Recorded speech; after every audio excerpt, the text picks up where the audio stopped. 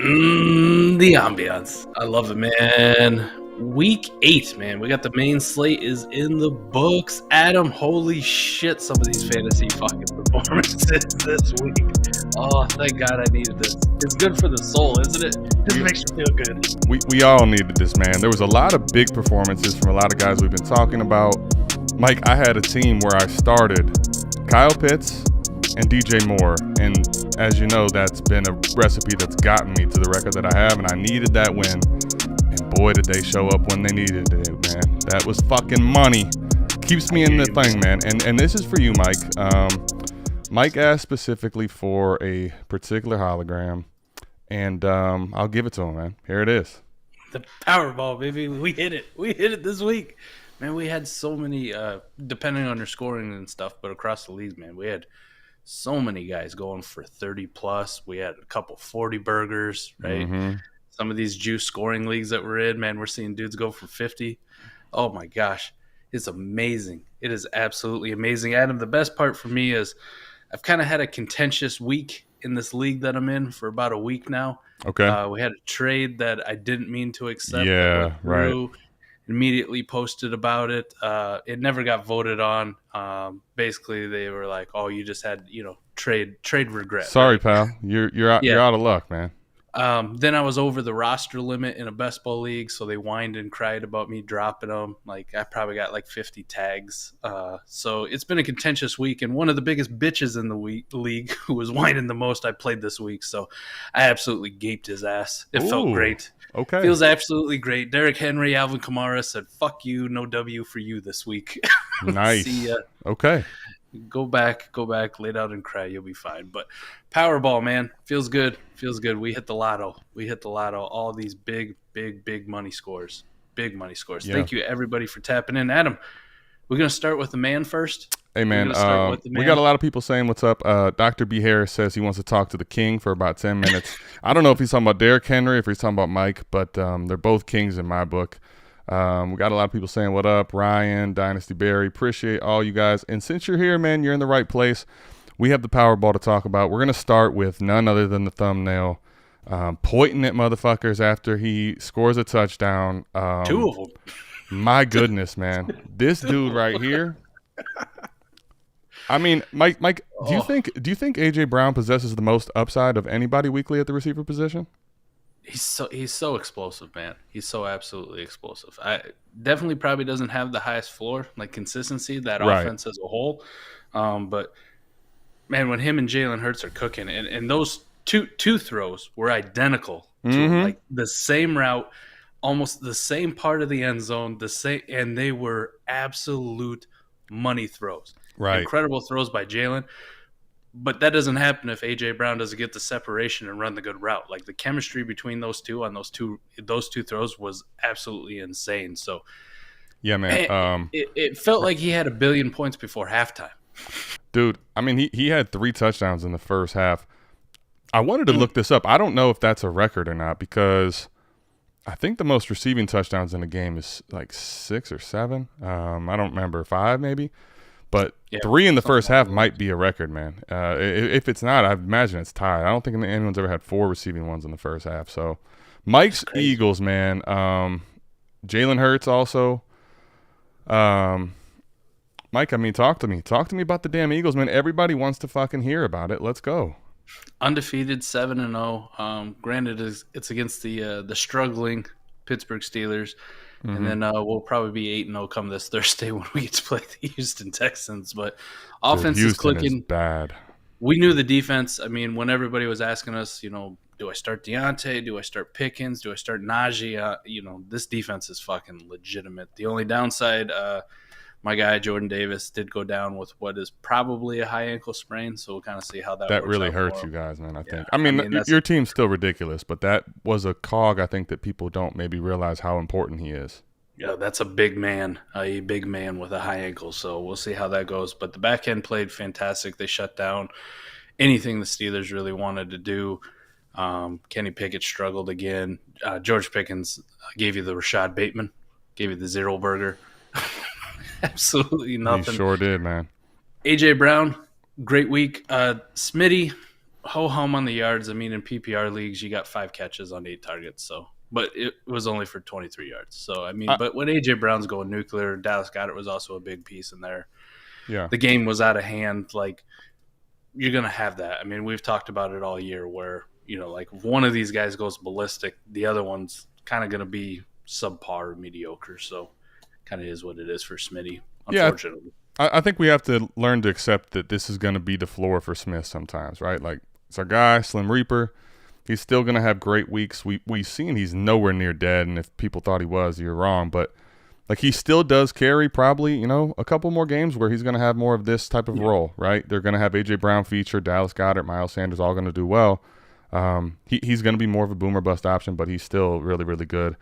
Man, I think to your point on – when you start getting to the Pittsburgh Steelers, right? First and foremost, man, with George Pickens, right? Great talent. Love him in Dynasty. Have him in a bunch of places. But I always thought that people are getting a little bit ahead of themselves with what they're expecting on the contending side. And I think we have to be cognizant that this exists. This is a 0-for-3 game for George Pickens. If you're relying on him too heavily, if he's like a wide receiver 2 for you, I'd try to explore getting some cheaper options just for backfield because – I don't think I can start George Pickens week in and week out every single matchup. I just can't do that. No, absolutely not. It also hurts as Deontay guys, but at least Deontay's kind of got a higher floor, right? He's going to get involved. He's going to get balls thrown his way more so than what GP is, right? So you still know who the alpha is in that offense. Right. Want to see Kenny Pickett pick it up, right? Got to pick it up. Like, we got a lot of faith in him. It hasn't looked good so far, though, right? He's had some moments, but mostly it's been bad, if we're being honest, right? He's got a couple 3 interception games. Also, this one, threw a pick, no touchdowns. That offensive line is absolutely disgustingly bad. Please fix that in the offseason. Please. Yeah, I mean, I don't know, Mike. I'm pulling it up right now just to make sure I'm not speaking out of turn. But when I look at their schedule and who he's played since being the starter, right? I mean, dude, you're looking at the Dolphins, I think, would be the game that's not that great of a defense, but the Eagles, the Bucks, and the Bills, like, those are legit teams. Obviously, to your point, though, he's got to step it up. He's got to be better.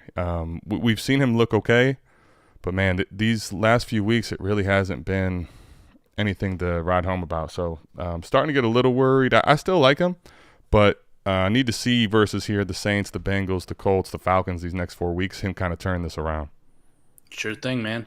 Sure thing. Where's the next one we're going to? All right, so let's talk because we got Dynasty Alex in the building. He's talking about Antonio Gibson right now, but Dynasty Alex, let me say this. Before we go to Gibson, we got to go to his guy. He got a touchdown, right? DeAndre Swift is back, but usage is still really scary, man. I mean, in what regard he's back? I guess that's the question that we have to talk about. I mean, if he's getting utilized like this, man, holy hell. You got 10 touches. I mean, I thought it was going to be more. I thought he's fully healthy, ready to roll.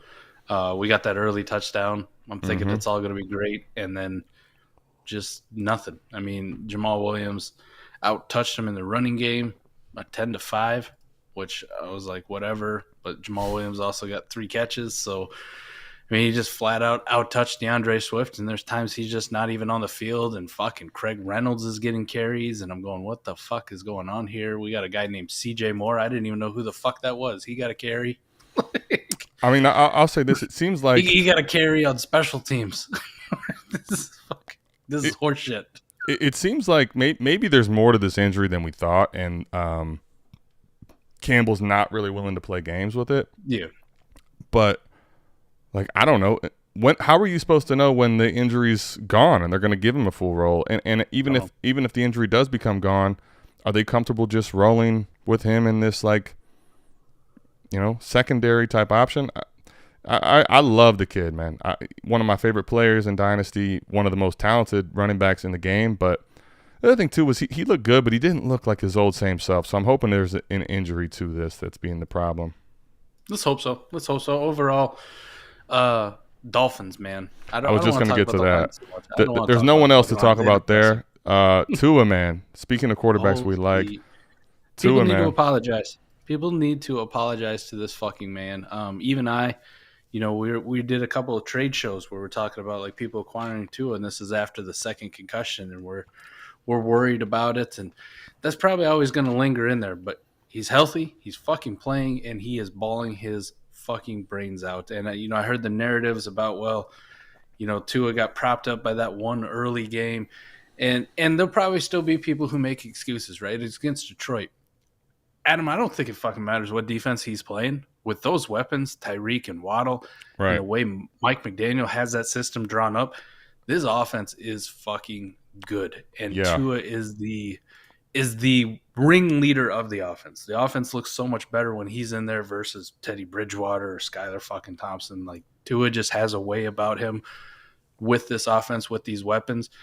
And I think you kind of see why Tyreek was talking him up, and everybody was giving him shit about, how can you say he's more accurate than Patrick Mahomes, or how can you say he's a better fit for you? He is, man. I mean, I think Tyreek, I heard he's got 3 games already this year with over 160 yards. Right. And I'd be interested to see how many games he had in the same season with Patrick Mahomes that were over 160. Like, he had some big explosive weeks, but he also had some real duds. Right. And it just seems like Tua knows how to get him the ball where he wants it, with the ability to make big plays. And he does it for Jalen Waddle too. It's not just Tyreek. Like, Waddle went the fuck off as well. So crazy. I think what I've been watching, Mike, at least in the games I've seen, is that the difference, I think, is a lot of times, like Patrick Mahomes, they would get him the ball short sometimes, right? But a lot of times it was these deep routes only, and he's running a lot of these go routes where Mahomes will hit him, but he's got to be open, and there's other guys that he could hit in the underneath routes. Tua will, as you can see, he can air it out to the kid, but what's interesting is, man, they're just like, listen, we paid Tyreek Hill. Tua's accurate. Like, we're going to just hit him anywhere he's open, and we're going to let him have his yak ability. So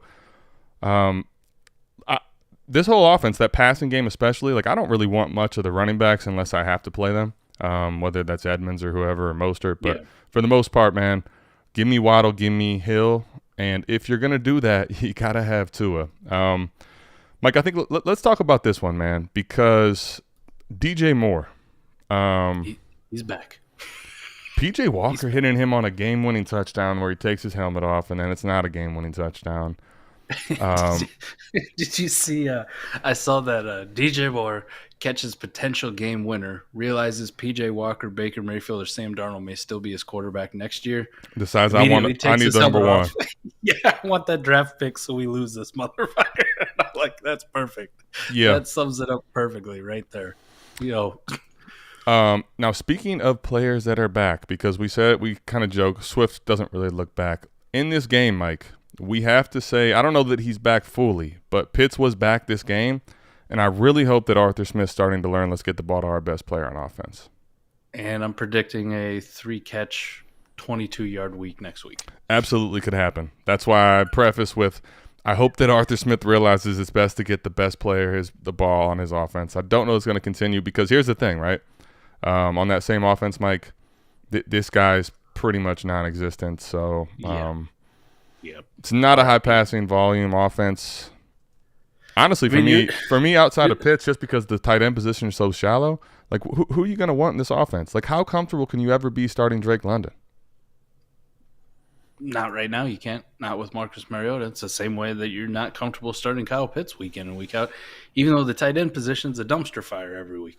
Right. Right. Now, that's how sad it is. That you're correct. And I do think that today at least showed that he does have upside to still, if you have him, you don't have a great option, you could still start him week in, week out. But he's never going to feel great at tight end because you know that some of those 3-catch weeks are going to come.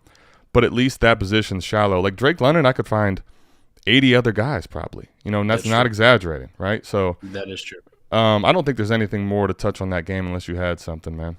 Has anybody, like, from a rookie standpoint, fallen off outside of injury, right? Outside of Breece Hall and tearing ACL, from this rookie class, like, fallen off so much from where they were in the first couple weeks of the season?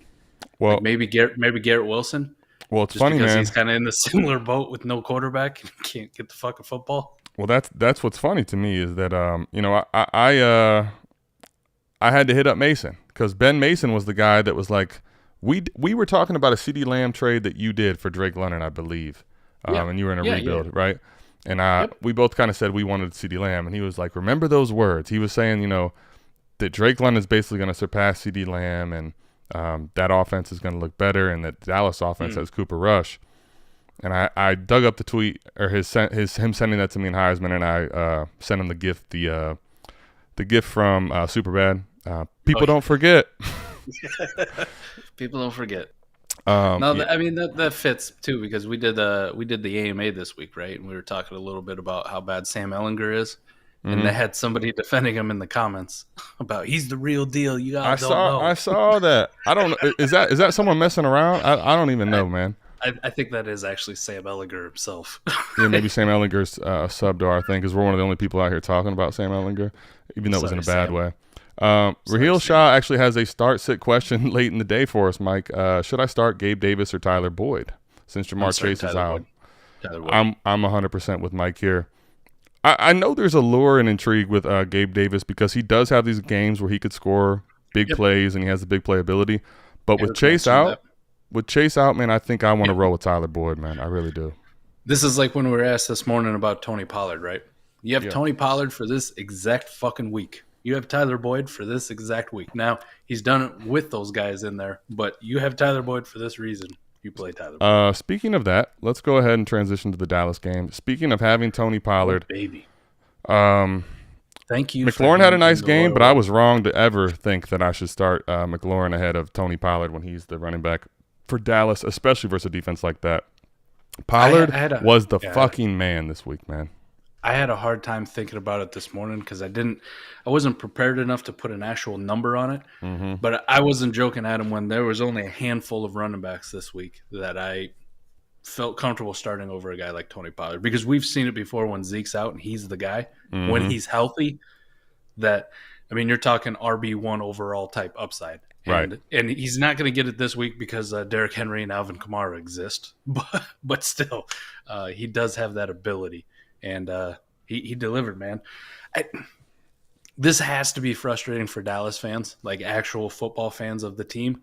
Yeah. The fact that you see Zeke go out there and just slowly plod and he's our hammer. He sets the tone for all the bullshit things you do.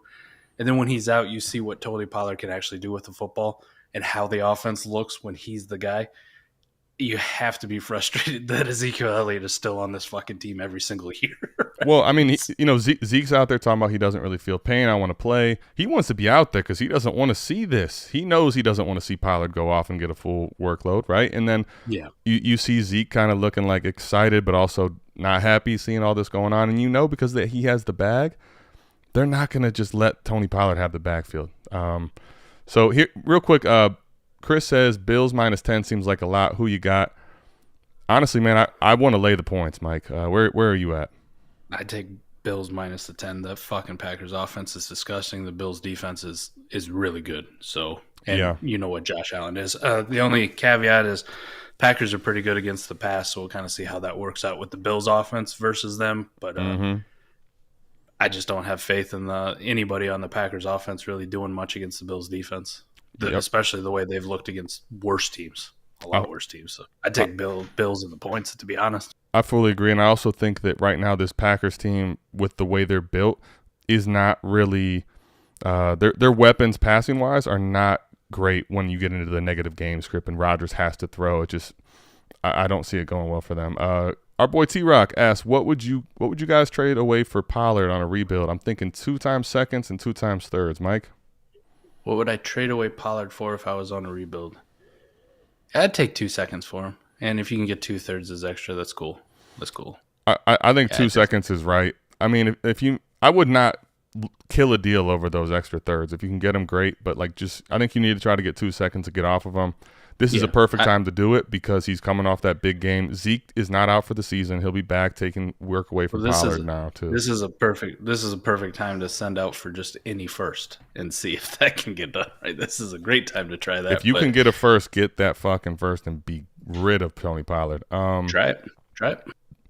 Dak was better this week, right? Yes, better. Not spectacular, but better. Solid. Not killing your fantasy teams. Actually being a usable piece. Right. And getting the ball to CeeDee Lamb and Dalton Schultz again. So yeah.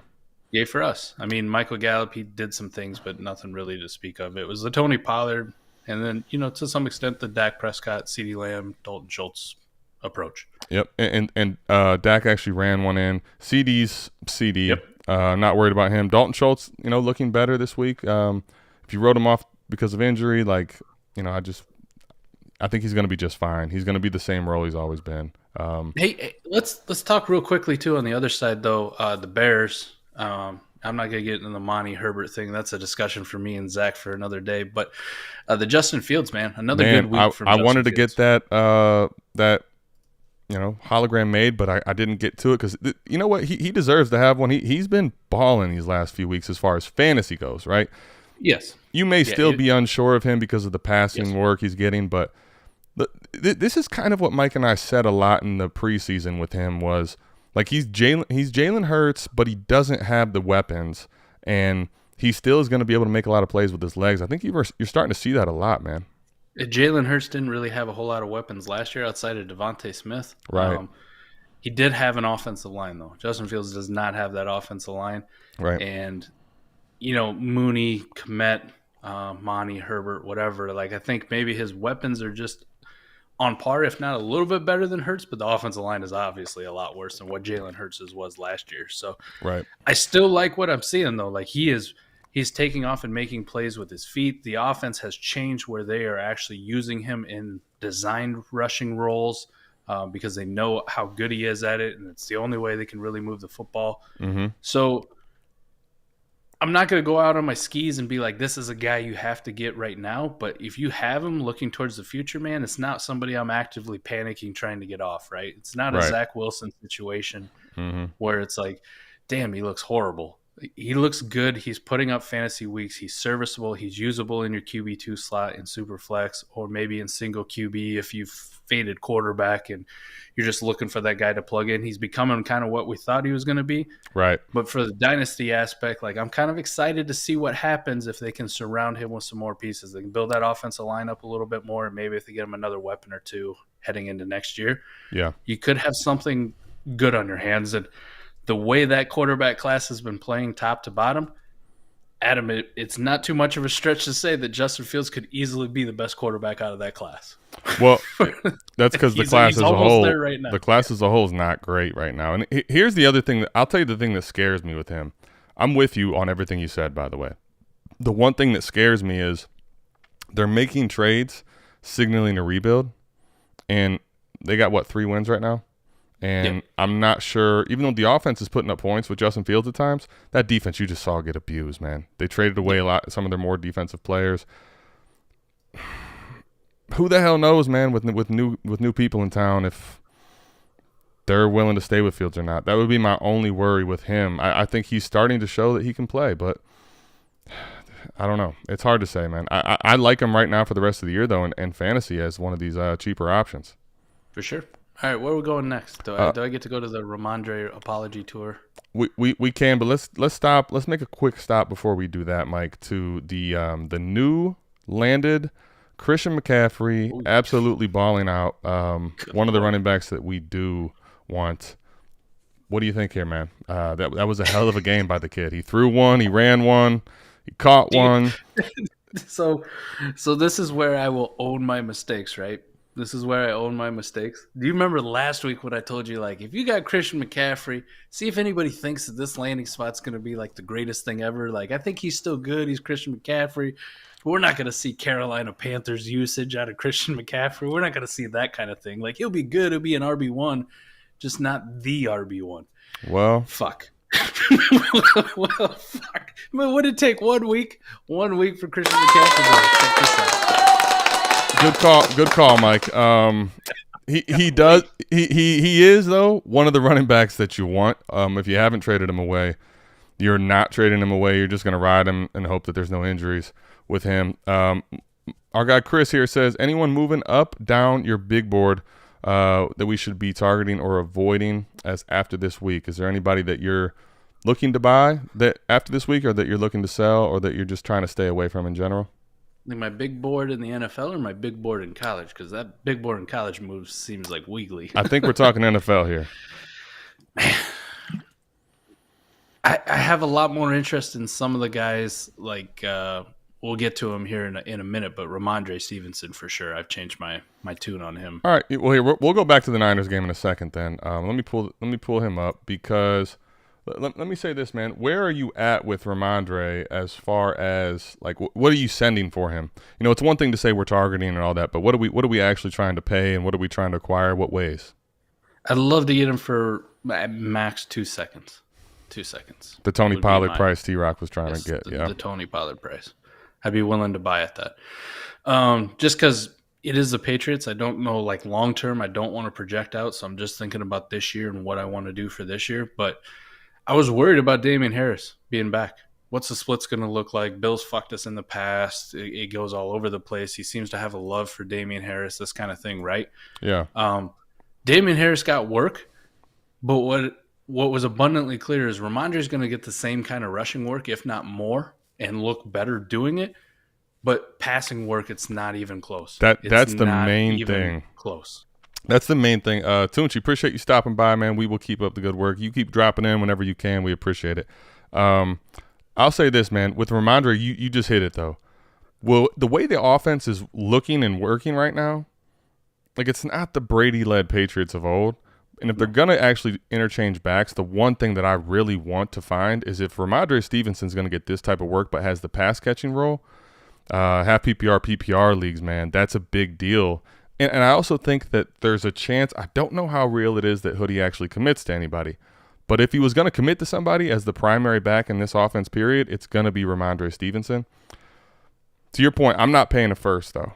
Like, I'm good on a first. I'm not doing that, man. I'd rather spend my first elsewhere. I'm just not doing that.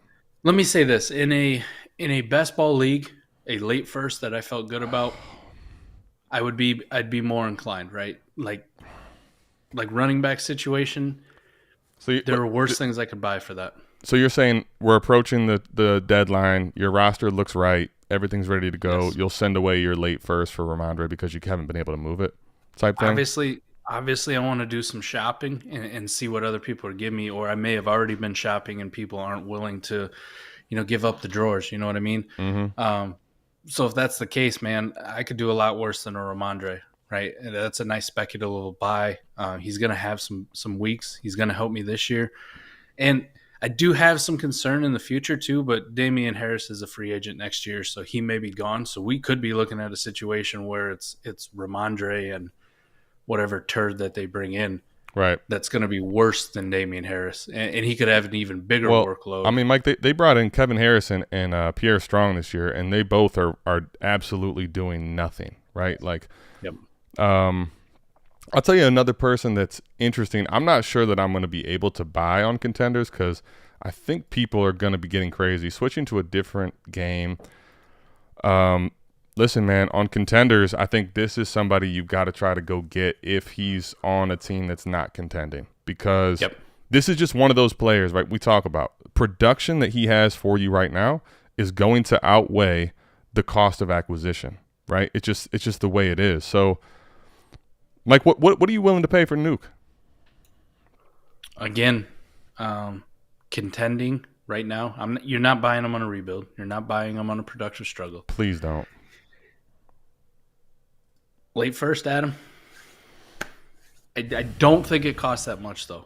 I think you could get him for a very similar price as Rhamondre 2 seconds, a second and a nice youthful piece. Maybe if you fucked up on Sky Moore, maybe send Sky Moore in a second type thing. That would be a good move. Or if you had like Elijah Moore on your team, there you go. Right, like Elijah Moore in a second. I don't like selling low on these kind of guys, but we're getting down to nut cutting time as far as competing. So, but it's getting down to the point of you got to figure out what the hell you're doing with your roster. Like, forget the fact that Sky Moore could pop later. Like, you got to just burn that money. It's just the reality of it. If you're sitting on a Calvin Ridley, try to throw someone like that in there. But the reality is, man, I think he's on a contender, proving the target volume's just fucking crazy, dude. Absolutely, it's nuclear. It's insane. Kyler Murray's just throwing the ball to him all the time. Another 13 targets this week and a beautiful one-handed catch. One of the greatest catches probably of the day, but in a while, Adam. Like it was on a rope it was on a laser. I thought it was going to be gunned over his head, and then you just see that giant left paw just stick right out there and snatch it. Yep. Damn. Let me tell you who I am at this point. Like, I'm not concerned about this whole team, Mike. I don't even know, man. Like, I don't know what to say. They're 2-5, right? I mean, yeah, horrible. What the fuck is going on in Vegas? And then, like, what do you do with Adams? I think Adams you're gonna have to kind of ride and sit on. He's still gonna have good games. This is where, like, Jacobs for me though, like, he had those great crazy weeks. I think in best ball, I'm still very intrigued by Josh Jacobs. Yes. In lineup, man, he is going to be one of the most frustrating people out there in lineup leagues. Anybody who in like last week was like, I'm hopping on the Josh Jacobs thing. Like, I've been on the Josh Jacobs train, and this is why I said for the longest time when people were panicking about Najee, it was like, yo, go try to trade Najee for Jacobs and get a second. And people are like, you're crazy. Nobody'd do that. I get it, man. But we've been here with Josh Jacobs before. Like, we have seen this with Josh Jacobs before, and this is why people have a bad opinion of Josh Jacobs.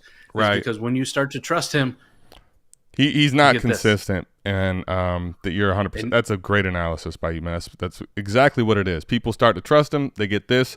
People start to doubt him, they get the other. They don't know what the hell to do with Josh Jacobs. Alec Pierce in a second for D-Hop, Mike, on a contender. Yeah, full send. Yeah, that's basically the exact thing we're talking about. Yep. This is an interesting one here with the trade to KC, Mike. Where are you at with him? I have no idea what people would charge. That's ultimately the That's ultimately the thing on buy or sell for me is the price. So go ahead. I have no idea, but he's one of the guys. I believe in the talent. Where I have him at him, just about everywhere. I still have him. I didn't let him go because I still believe in the talent. We did a fucking video on him because we believe in the talent. Mm-hmm. Now he goes to probably the best situation absolutely imaginable for him. Easily. Gets up out of the Giants and goes to Kansas City of all places. Adam, he's one of those guys for a 23 late second. I'm willing to find out. Preferably, I would love to send a third or package a third and something like to find out. And if I'm wrong, I'm wrong. If I'm right, I'm 100% right. This is one of those guys where I don't care about portfolio exposure. Right. At this price. You know what I mean? Well, I think what's interesting too with him is, like, for me, this is all about league format too. In lineup, like, I'm probably only going to pay a third. And I know the reality is if someone's had, fucking young Joka, Kadarius Tony sitting there not willing to trade him, now he gets traded to the Chiefs, a third's probably not cutting it. But in lineup, if someone would, let me buy him for a third, I'm all in. Now, here's the thing in best ball, Mike.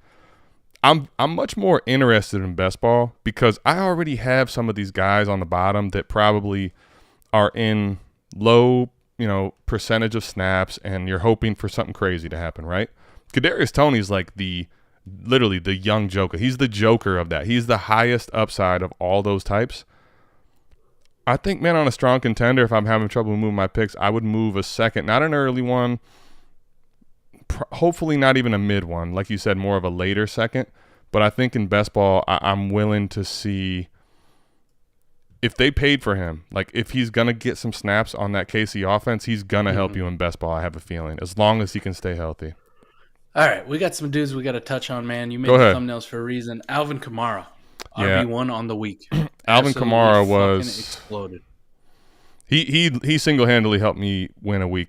Win a week this week. Like, he just went bananas. I mean, it's crazy. The thing is, like, here's the thing with Kamara. I love the talent. We've seen the pass catching upside, all that he possesses. But, like, Mike, how much can we really expect this type? Obviously not this level, but just the pass catching volume to be this high. This offense has been so weird this year. Where are you at with Alvin Kamara? He all year he's been a huge buy. I've been disappointed as fuck heading into the beginning of the year, right, where he wasn't getting used.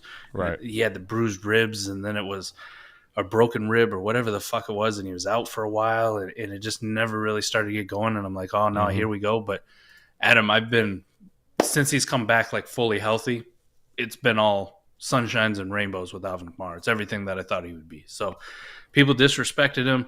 We had the age thing. You and I were out on him last year with the Jameis Winston thing, or at least fading him at where he was costing. Just because of the cost, right? Yeah, he was a 2 first player, and everybody was in on him.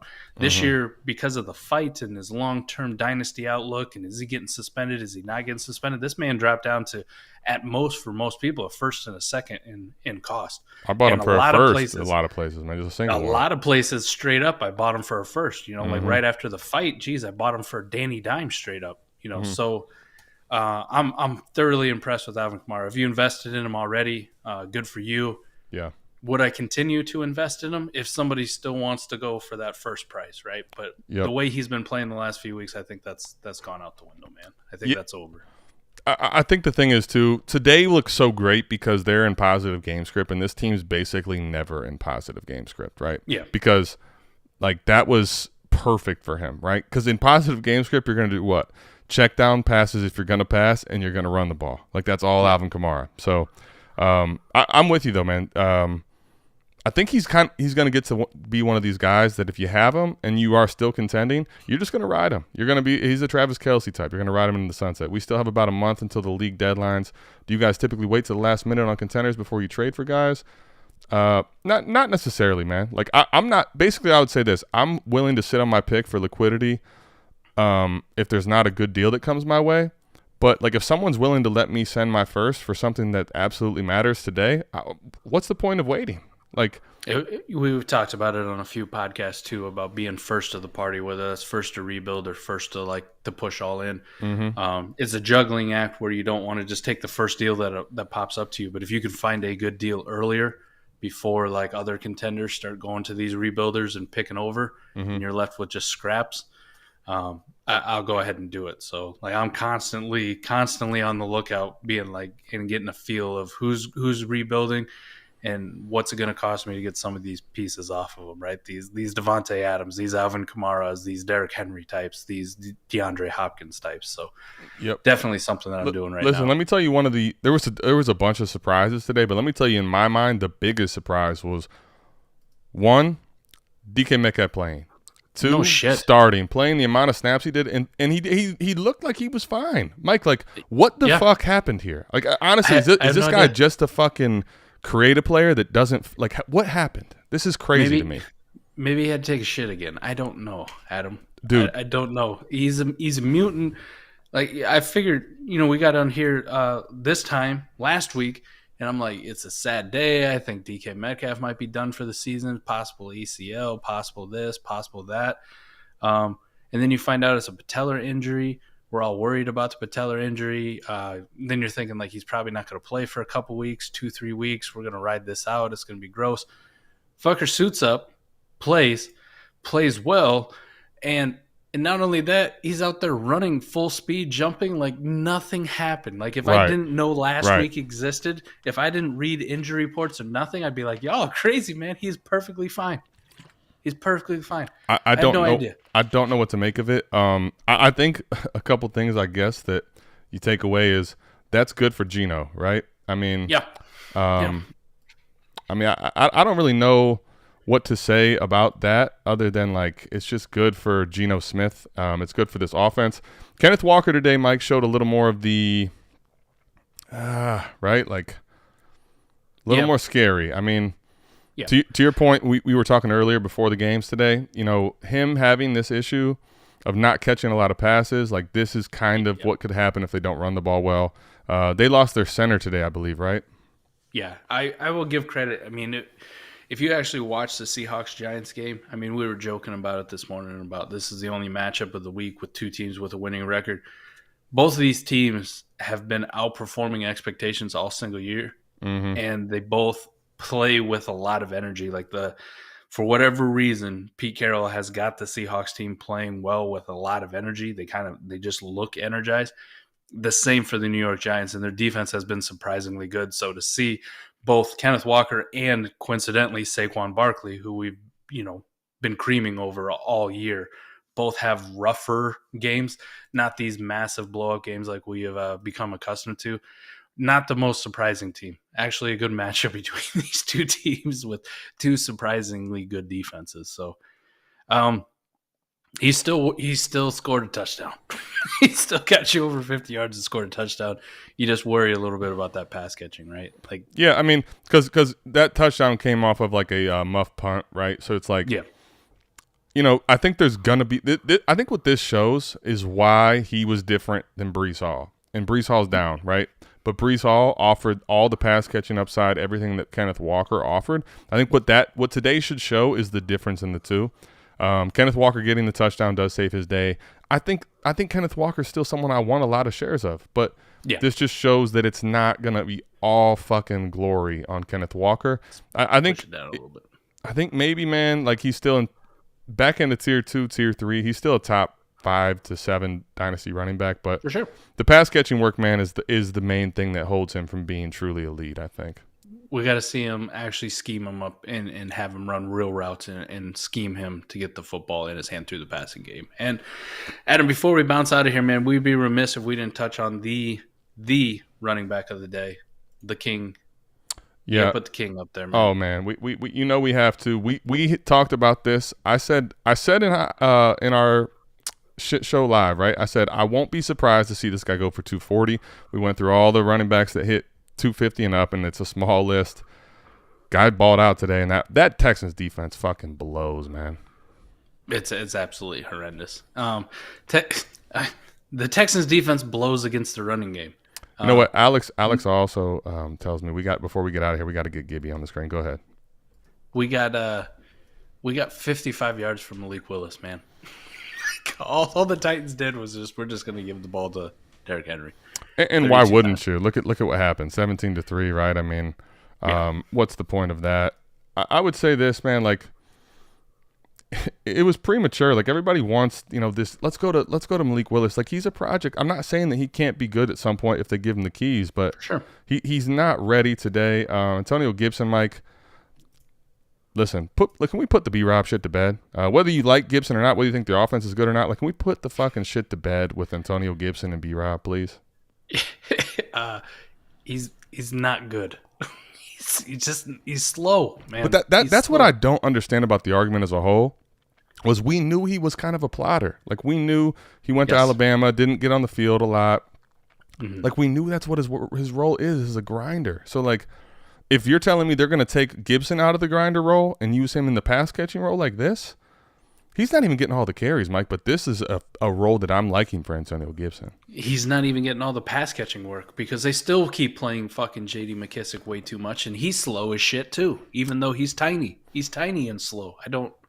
Just make Gibson the permanent third down back, man. That's it. And you can work him in on some off downs for some change of stuff. And if you want to just ram B-Rob up there and watch him fall down after 2 yards, by all means, go for it. But what's T-Rock saying? Put both those guys to bed. What are we talking about, T-Rock?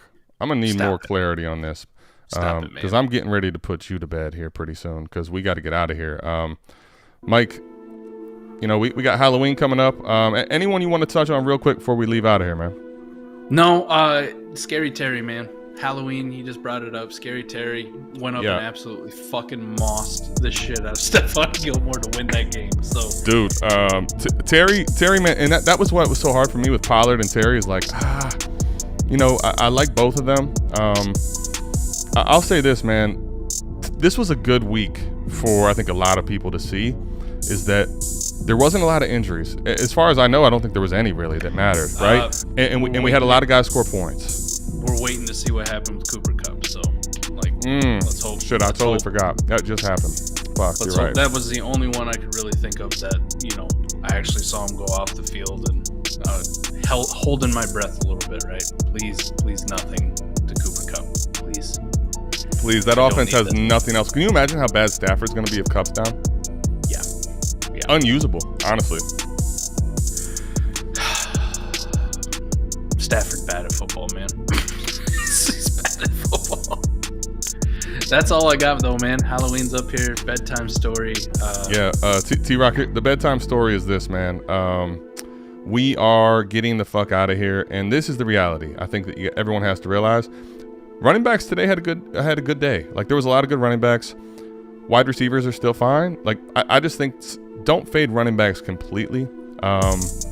that would be my big takeaway from today is it's nothing against wide receivers, but don't just completely fade running backs as a whole. We saw a bunch of them play well today. They hit him with the Meek Mill today, didn't they? Yeah, man. They hit him with the Meek Mill today. Hold up, wait a minute. Y'all thought we were finished? Yeah, we're not finished, man. But listen, we're going to keep coming back every week. We'll be back Tuesday AMA. We're going to have a guest. Mike, I'll talk to you after the show, but we're going to have a guest on Tuesday AMA. We're going to have a guest on the trade show. So this week, be prepared. We're going to have a guest on the trade show, and also the trade show we're going to put on Premiere on YouTube, which means that it's basically going to have a countdown until it releases, and everybody can go in the chat at once as soon as it does. Listen, we're just getting started with creating content. We're still new at this. We appreciate everybody here rocking with us. This doesn't happen without you guys, so thank you very much, and understand that we will be back soon. We are out of this thing. Peace.